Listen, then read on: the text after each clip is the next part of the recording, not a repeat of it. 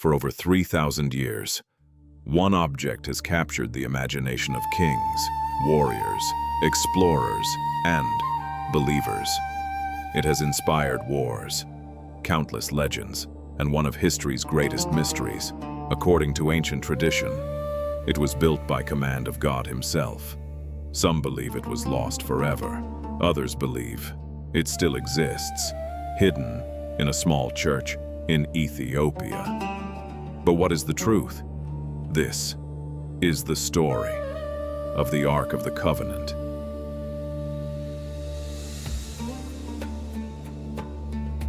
The Ark of the Covenant is more than an ancient treasure. According to the Bible, it was the most sacred object ever created. It represented God's covenant with his people. It was carried before armies into battle. It stood inside the Holy of Holies, the most sacred place in ancient Israel. Many believed that God's presence rested above it, but then it vanished. No confirmed record tells us exactly where it went.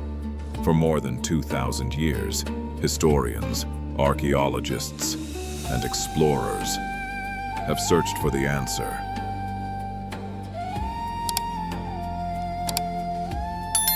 More than 3,000 years ago, the Israelites lived as slaves in ancient Egypt. For generations, they endured forced labor under the pharaohs. According to the Bible, God chose one man to lead them to freedom. His name was Moses. After a series of devastating plagues, Pharaoh finally allowed the Israelites to leave Egypt. Thousands of men, women, and children began an extraordinary journey through the wilderness. Their destination was a mountain unlike any other, Mount Sinai.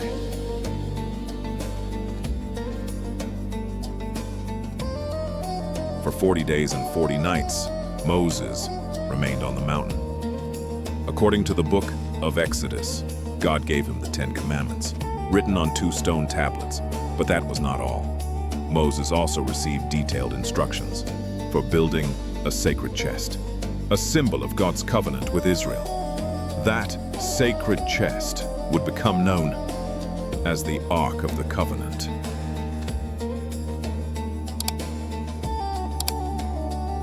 The Ark did not remain in the wilderness forever. After years of conflict, the kingdom of Israel grew stronger. Around the 10th century BCE, a new king came to the throne. His name was Solomon, remembered for his wisdom, his wealth, and his ambition.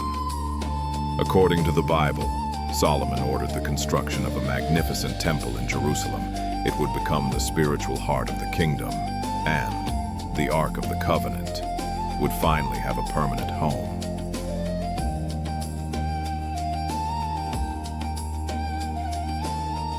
Deep within the temple, behind massive curtains, was the Holy of Holies, the most sacred room in ancient Israel.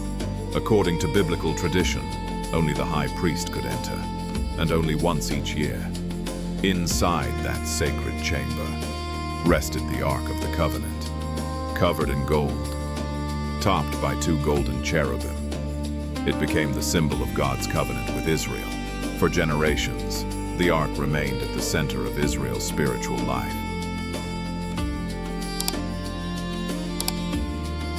For centuries, one question has fascinated historians. Could the Ark of the Covenant have left Jerusalem? According to Ethiopian tradition, the answer begins with one remarkable woman, the Queen of Sheba. Her kingdom was famous for its wealth, gold, incense, precious stone, and international trade. The Bible tells us she traveled hundreds of miles to visit King Solomon in Jerusalem, bringing gifts beyond imagination. But according to Ethiopia's ancient national epic, their meeting would change history forever. The Bible describes a meeting of wisdom, respect, and diplomacy. It tells us that the queen was deeply impressed by Solomon's wisdom, his kingdom, and his God. But Ethiopia's national epic, the Kebra Nagast, preserves another tradition. According to this account, Solomon and the queen had a son. His name was Menelik. Years later, Menelik traveled to Jerusalem, and according to Ethiopian tradition, he returned carrying the Ark of the Covenant. If true, this would become one of history's greatest journeys.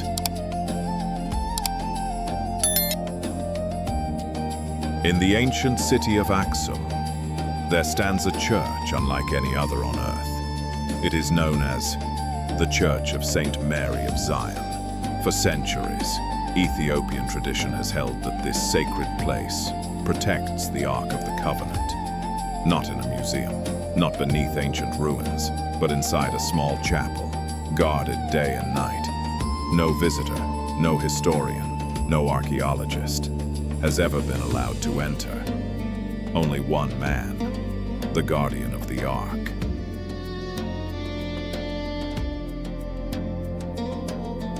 The guardian lives a life unlike any other.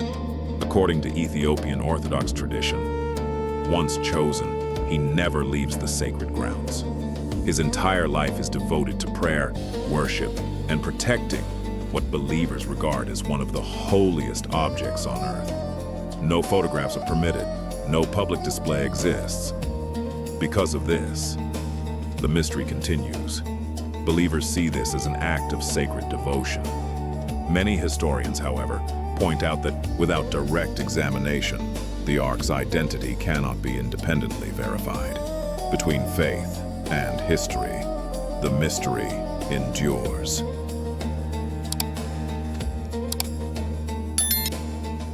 If the Ark of the Covenant is truly in Aksum, then one man has spent his entire life protecting it. He is known simply as the Guardian. According to Ethiopian Orthodox tradition, every guardian is chosen from among devoted monks. Once selected, he enters a life unlike any other. He may never leave the sacred grounds. He dedicates every day and every night to prayer, worship, and guarding the holy relic entrusted to his care.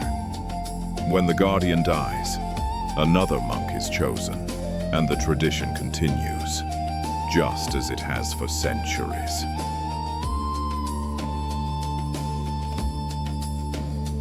Throughout history, many people have asked, why not simply reveal the Ark to the world? The answer depends on whom you ask. For believers, the Ark is not an artifact, it is sacred.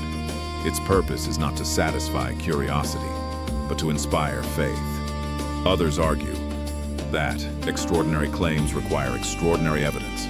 Without independent examination, historians cannot confirm the Ark's identity, and so, the mystery remains suspended between belief, tradition, and history. For centuries, the story of the Ark has inspired both faith and investigation. Around the world, historians, archaeologists, and biblical scholars have searched for evidence. Yet despite decades of research, no universally accepted proof has ever confirmed the Ark's final location. Some researchers believe it may have been destroyed during the Babylonian conquest of Jerusalem in 586 BC. Others suggest it may have been hidden before the city fell, and some believe the Ethiopian tradition may preserve part of the story. The mystery remains open. Another question remains, if the Ark truly reached Ethiopia, why has no one outside the church examined it? For the Ethiopian Orthodox Church, the answer is simple. The Ark is not an archaeological object. It is sacred. Its purpose is worship, not scientific study. Many historians respect this belief, while also noting that without independent examination, the identity of the object cannot be historically verified. This difference between faith and historical method is what keeps the mystery alive. Every great mystery leaves behind clues. Some are carved into stone, others are written in ancient manuscripts, and some survive only through generations of oral tradition. Historians study each piece carefully, not to prove a belief, but to understand the past. One of the most important sources is the Hebrew Bible.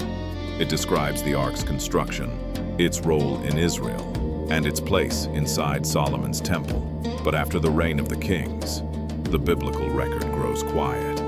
The ark is no longer clearly mentioned. From that silence, the mystery begins.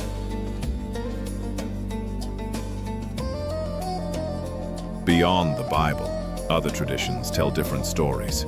The Ethiopian Kebra Nagast preserves the account of Menelik bringing the ark to Ethiopia. Other traditions suggest it may have been hidden beneath the Temple Mount or carried to another unknown location.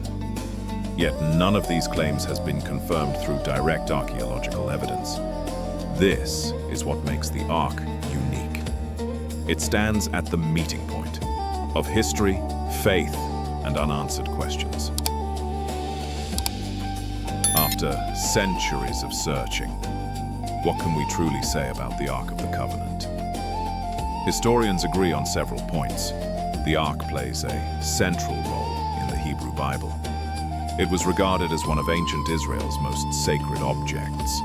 Solomon's temple stood in Jerusalem, and in 586 BC, the Babylonians captured the city. After that event, the Ark disappears from the historical record. What happened next? No surviving document can answer with certainty. That silence has given rise to centuries of theories. Some believe the Ark rests in Ethiopia. Others believe it was hidden beneath Jerusalem. Some think it was destroyed long ago. None of these ideas has been proven beyond doubt. Yet the mystery continues to inspire millions. Perhaps the Ark's greatest power is not where it is, but what it represents: faith, hope, and humanity's endless search for truth.